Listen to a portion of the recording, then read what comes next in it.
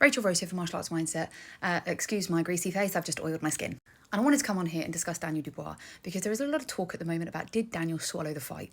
For those of you who might have been sleeping under a rock, this is what happened. Daniel Dubois got knocked down twice. In the first knockdown, he stood up on the 8 count. On the second knockdown, he stayed on the canvas for the 10 count. He was coherent.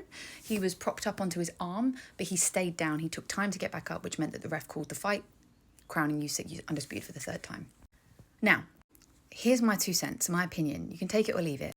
Daniel Dubois is a very interesting human being because he's basically been formulated since birth to be a heavyweight champion by his dad's decision, his dad's design, the way that he's been brought up. He was homeschooled. He hasn't had a lot of social interaction. He's just been told since he was young that he's good at this thing. He's going to be good at this thing. He's going to be focusing all his time to be good at this thing. And then he's going to be this thing. Now, he seems like a very sweet lad. I haven't spent any time with him, but it's evident that he's not very, he's not brilliantly articulate. He's growing in confidence, but I think it's quite evident he repeats the same sentences because they're ones that feel safe, the ones that work, maybe ones that he's been told to say because, you know, the social aspect of the game isn't his forte. Do you know what I mean? He knows how to box and he's learning how to interact and be a personality, you know, which is what they try and encourage.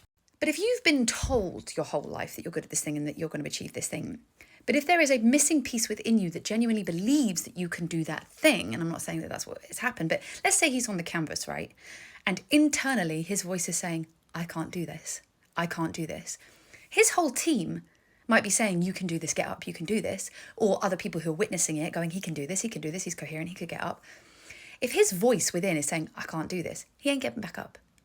If the voice that you listen to is external to your own, about what you are able to achieve, in the moments that matter, when you need to dig deep, your own voice, which might say, I can't do this because you've relied on external sources to tell you whether or not you can or not, that voice is going to be 10 times louder and it's going to win. So if Daniel had any chink in his armour that believed he could not do it, he ain't getting back up.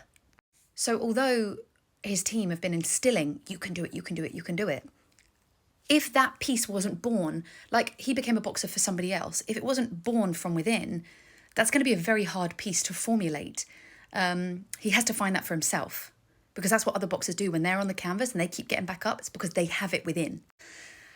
I don't know. I don't know what the future holds for Daniel. I really hope that he's well cared for and he finds that peace. But at the end of the day, is it worth, you know, he'd gone down twice. He knew he couldn't beat Usyk. Maybe it was worth just staying down.